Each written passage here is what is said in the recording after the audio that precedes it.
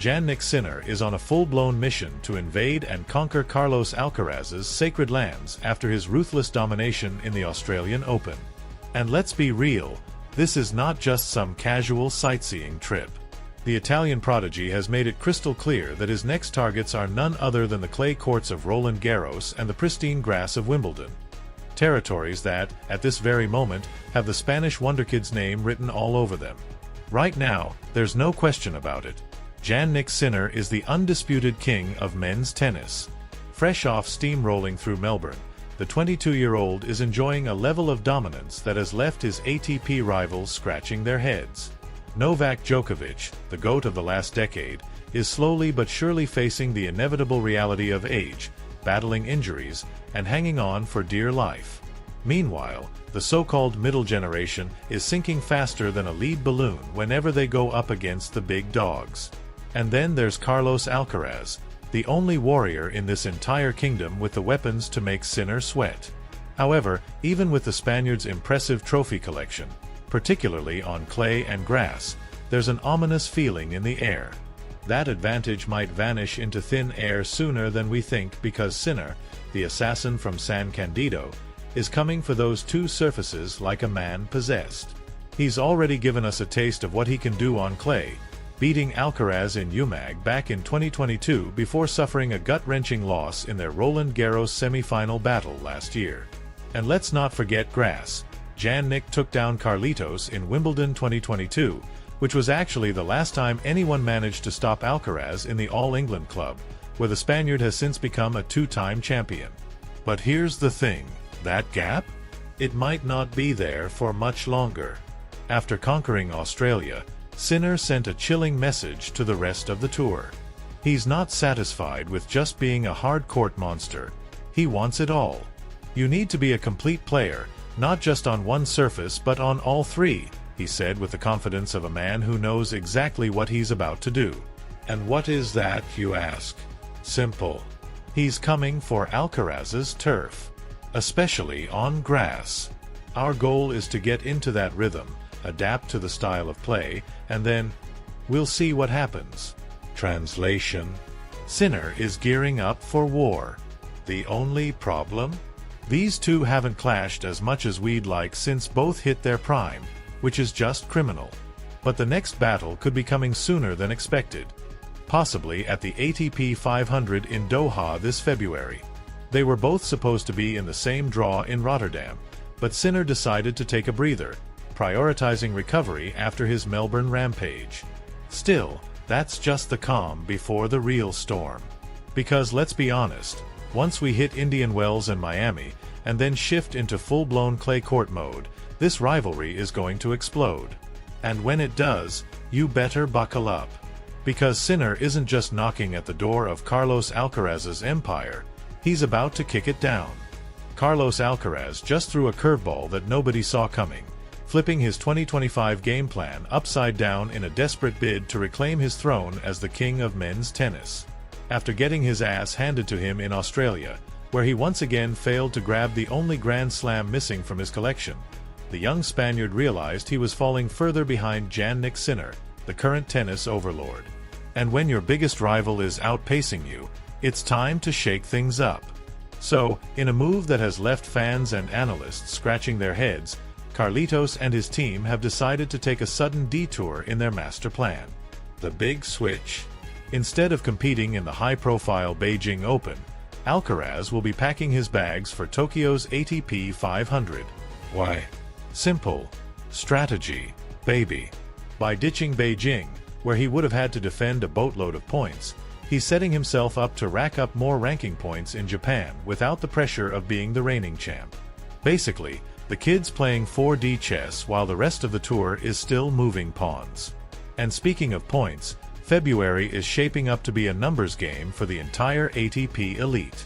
Pretty soon, every top-ranked player will need a damn calculator to figure out where they stand. First up, world number 1 Jannik Sinner. The Italian has already made a bold call, opting out of Rotterdam, where he was the defending champion, meaning he'll automatically kiss 500 points goodbye. But when you're sitting on a fat 3,695-point cushion ahead of world number 2 Alexander Zverev, losing a few hundred here and there barely makes a dent. Meanwhile, Zverev only has 100 points to defend, giving him the chance to narrow the gap a little. For Alcaraz, the real battleground starts in South America. Or rather, it would have if he had actually decided to go. Buenos Aires and Rio de Janeiro offer prime chances to cut into Sinner's lead, but there's a catch. The switch from hard courts to clay is always a risky transition. And instead of rolling the dice on that surface shift, Alcaraz has chosen a different path. While he picked up 100 points last season for reaching the Buenos Aires semifinals, this time he's skipping the entire South American swing and heading straight to Rotterdam, where he'll be the top seed thanks to Sinner pulling out. So, what does all of this mean? Well, in simple terms, Alcaraz is done playing it safe. He knows that if he wants to take back the #1 spot, he needs to outmaneuver Sinner in the rankings race, and that means making cold, calculated moves. Tokyo instead of Beijing? Check. Rotterdam instead of Buenos Aires? Check. Now, all that's left is to see whether this masterstroke actually pays off, or if Carlitos just played himself. Novak Djokovic just found himself in a pretty damn sweet spot this February. If, of course, he actually decides to show up. Unlike the rest of the ATP big shots scrambling to defend their hard-earned ranking points, the Serbian legend is chilling with a clean slate. Why? Because last year, he didn't lift a damn racket in February, meaning he's got exactly 0 points to lose. That's right. While others are sweating bullets over ranking math, Djokovic can kick back and play it smart. At the moment, the 24-time Grand Slam champion is technically signed up for the ATP 500 in Doha, but let's not get ahead of ourselves. After that brutal injury in Australia, his body might have other plans, and there's still a big, fat question mark hovering over his return. One thing's for sure, though, if he does step back on court, he'll have the golden opportunity to rack up some much-needed points before the real chaos begins in March with the Masters 1000 in Indian Wells and Miami. The ATP's February Madness, a global free-for-all. With February right around the corner, the ATP circuit is about to become a chaotic whirlwind of tournaments spread across every damn corner of the planet. We're talking hard courts, clay courts, fast conditions, slow conditions, absolute madness. Some players will be out there defending their titles, while others will be trying to grab whatever scraps they can to climb the rankings. One of the biggest absences? Jannik Sinner. Last year's Rotterdam champion has decided to sit this one out, meaning there's a juicy 500 points up for grabs. That leaves us wondering, how will the big three contenders, Sinner, Zverev, and Alcaraz, handle their February assignments? Jannik Sinner, 500 points to defend. Sinner, fresh off wrecking everyone in Australia, has earned the right to take it easy. He's skipping Rotterdam, which means he'll lose 500 points, but let's be honest, it barely makes a dent in his 3,695-point lead over Zverev. The Italian is expected to return for Doha, unless he decides to extend his vacation a little longer. Either way, he's in a dominant position, so no stress for him. Alexander Zverev, 100 points to defend. On the other hand, Zverev is in maximum grind mode right now.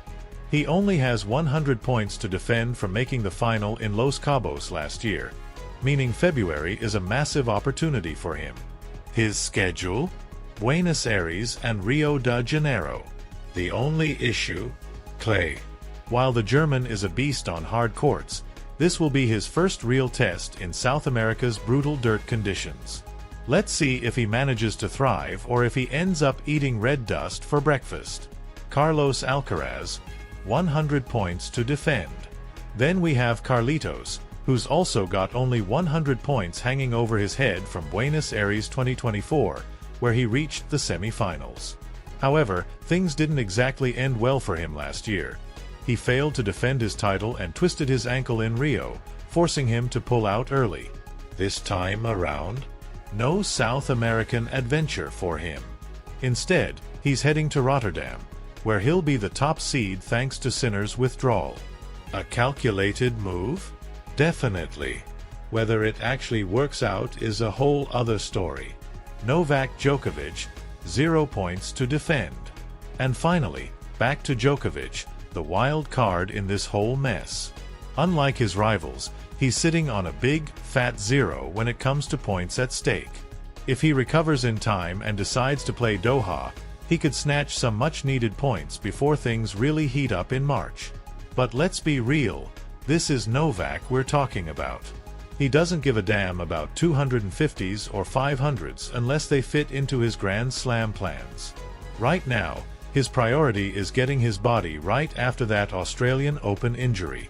So, in a nutshell, Sinner is taking a breather, Zverev is trying to maximize his gains, Alcaraz is tweaking his schedule like a chess grandmaster, and Djokovic? Well, he might just swoop in, snatch some points, and dip. February is going to be one hell of a month for the ATP Tour, and the ranking race is far from over. Buckle up, because once we hit Indian Wells and Miami, shit's about to get real.